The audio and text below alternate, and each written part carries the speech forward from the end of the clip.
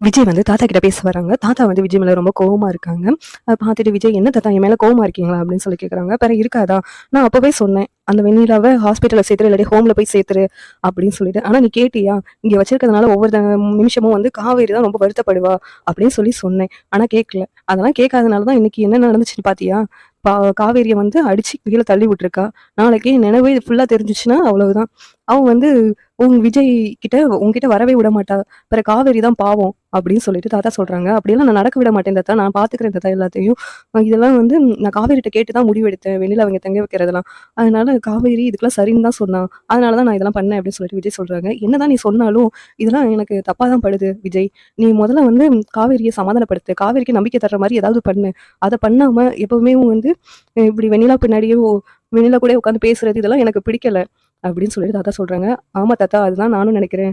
காவேரி கூட time spend பண்ணவே இல்ல நானும். ரொம்ப நாள் ஆயிருச்சு. எனக்கு வேற நாளைக்கு வந்து எங்களுக்கு கல்யாணம் ஆகி 1 வருஷம் ஆகுது. அதனால நான் வந்து காவேரிய கொடைக்கானல் கூட்டு போகலாம். லாங் ட்ரிப் அப்படின்னு சொல்லிட்டு நெனச்சிருக்கேன்." அப்படின்னு தாத்தா கிட்ட விஜய் சொல்றாங்க. "சரிப்பா, நல்லதுதான். சரி, இனிமேல்னாச்சும் காவேரி புரிஞ்சுக்கிட்டு, காவேரி கூட நல்ல விதமா வாழ பாரு. இந்த வெண்ணிலா கூட டைம் ஸ்பெண்ட் பண்றேன்னு சொல்லிட்டு, ஞாபகப்படுத்துறேன்னு உட்காந்துட்டு காவேரியே மனச வருத்தப்படுத்தாத." அப்படி சொல்லிட்டு தாத்தா சொல்றாங்க. சரிங்க தாத்தா. நானு காவேரிய நான் சந்தோஷமா தான் பார்த்துக்குவேன் தாத்தா. அவள வருத்தப்படலாம் விட மாட்டேன் அப்படின்னு சொல்லிட்டு விஜய் சொல்லிட்டு, விஜய் வந்து மறுபடியும் காவேரிய சர்ப்ரைஸ் பண்றேன்னு சொல்லிட்டு, "எல்லாத்தையும் பேக் பண்ணி வையி.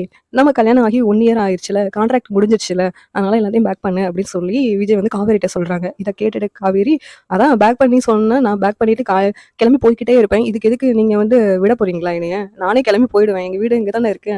எங்க வீட்ல உள்ளவங்க எல்லாத்தையும் கூட்டு நானே கிளம்பி போயிடுவேன். நீங்க எதுக்கு கவலைப்படுறீங்க?" அப்படின்னு சொல்லிட்டு காவேரி வந்து இந்த நேரத்துல சொல்லிக்கிட்டு இருக்காங்க. இத கேட்டு விஜய் ரொம்ப ஆர்வ கோளாறா பேசுறத விட்டுட்டு, "போய் கிளம்புற வழிய பாரு" அப்படின்னு சொல்லிக்கிட்டு இருக்காங்க. இதெல்லாம் பார்த்துட்டு காவேரி ரொம்ப வருத்தமா யோசிச்சுட்டு இருக்காங்க. வீட்ட விட்டு நம்ம கிளம்புறதுக்கு தான் இப்படியெல்லாம் பண்ணிக்கிட்டு இருக்காங்க. அதுவும் கான்ட்ராக்ட்ன்னு வேற விஜய் சொல்றதெல்லாம் பார்த்தா, எனக்கு என்னமோ பயமா இருக்கு. அப்படின்னு சொல்லிட்டு காவேரி ஒரு பக்கம் பயந்துகிட்டு இருக்காங்க. விஜய் வந்து சர்ப்ரைஸ் பண்றேன்னு பேர்ல ஒவ்வொரு தடவையும் காவேரிய வருத்தப்பட வச்சுக்கிட்டே இருக்கிறாங்க. இந்த சீரியல் எப்படி இருந்தா நல்லா இருக்கும்னு நீங்க நினைக்கிறீங்கன்னு கமெண்ட் பண்ணுங்க. இந்த வீடியோ பிடிச்சிருந்தா லைக் பண்ணுங்க, ஷேர் பண்ணுங்க, சப்ஸ்கிரைப் பண்ணுங்க. Thank you.